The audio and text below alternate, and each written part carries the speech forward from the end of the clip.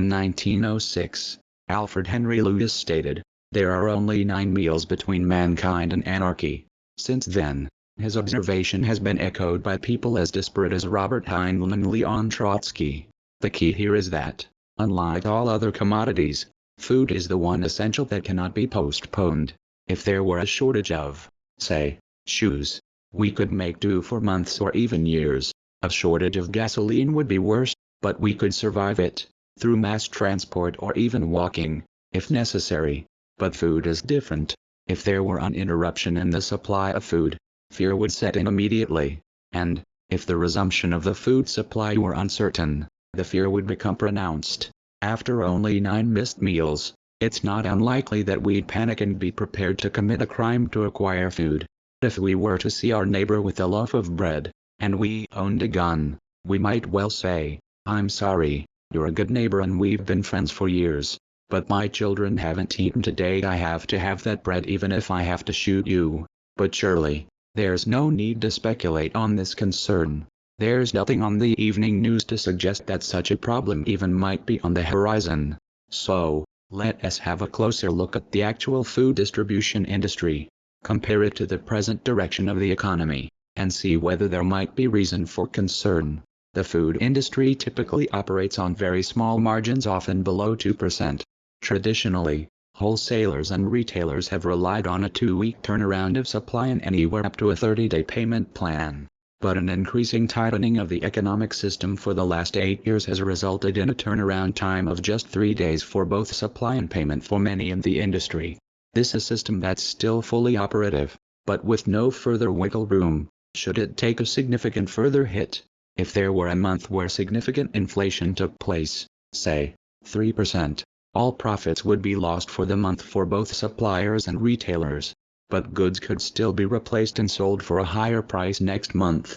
But, if there were 3 or more consecutive months of inflation, the industry would be unable to bridge the gap, even if better conditions were expected to develop in future months. A failure to pay in full for several months would mean smaller orders by those who could not pay. That would mean fewer goods on the shelves. The longer the inflationary trend continued, the more quickly prices would rise to hopefully offset the inflation. And ever fewer items on the shelves.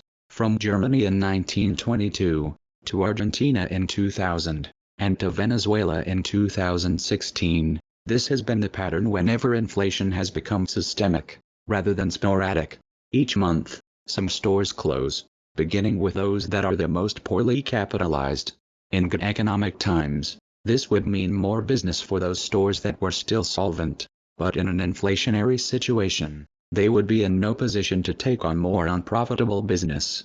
The result is that the volume of food on offer at retailers would decrease at a pace with the severity of the inflation. However, the demand for food would not decrease by a single loaf of bread. Store closings would be felt most immediately in inner cities, when one closing would send customers to the next neighborhood seeking food. The real danger would come when that store also closes and both neighborhoods descended on a third store in yet another neighborhood. That's when 1 loaf of bread for every 3 potential purchasers would become worth killing over.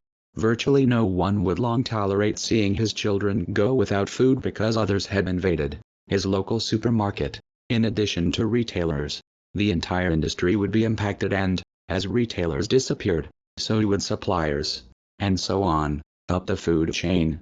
This would not occur in an orderly fashion, or in one specific area. The problem would be a national one. Closures would be all over the map, seemingly at random, affecting all areas. Food riots would take place, first in the inner cities, then spread to other communities. Buyers, fearful of shortages, would clean out the shelves. Importantly, it's the very unpredictability of food delivery that increases fear, creating panic and violence. And, again, none of the above is speculation. It's a historical pattern, a reaction based upon human nature whenever systemic inflation occurs.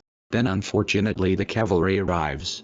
At that point, it would be very likely that the central government would step in and issue controls to the food industry that serve political needs rather than business needs, greatly exacerbating the problem. Suppliers would be ordered to deliver to those neighborhoods where the riots are the worst, even if those retailers are unable to pay.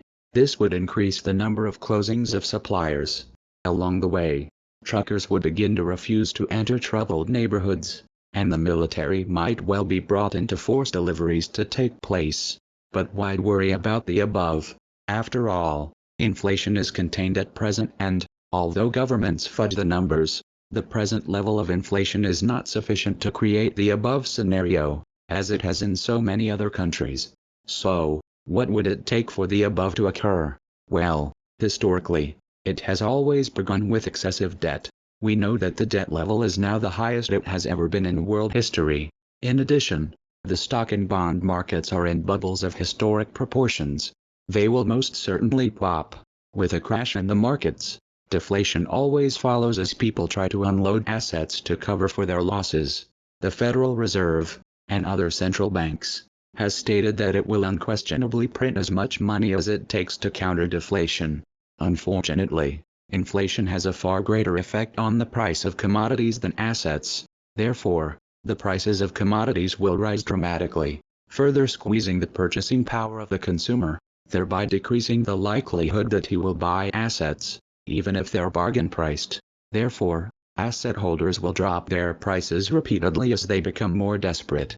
The Fed then prints more to counter the deeper deflation, and we enter a period when deflation and inflation are increasing concurrently. Historically, when this point has been reached, no government has ever done the right thing. They have, instead, done the very opposite: keep printing. A byproduct of this conundrum is reflected in the photo above. Food still exists, but retailers shut down because they cannot pay for goods. Suppliers shut down because they're not receiving payments from retailers. Producers cut production because sales are plummeting. In every country that has passed through such a period, the government has eventually gotten out of the way and the free market has prevailed, re-energizing the industry and creating a return to normal. The question is not whether civilization will come to an end. It will not. The question is the livability of a society that is experiencing a food crisis, as even the best of people are likely to panic and become a potential threat to anyone who is known to store a case of soup in his cellar. Fear of starvation is fundamentally different from other fears of shortages. Even good people panic. In such times, it's advantageous to be living in a rural setting, as far from the center of panic as possible. It's also advantageous to store food in advance that will last for several months, if necessary. However, even these measures are no guarantee, as, today, modern highways and efficient cars make it easy for anyone to travel quickly to where the goods are. The ideal is to be prepared to sit out the crisis in a country that will be less likely to be impacted by dramatic inflation, where the likelihood of a food crisis is low and basic safety is more assured. We are anonymous. We are legion. We do not forgive. We do not forget. Expect us.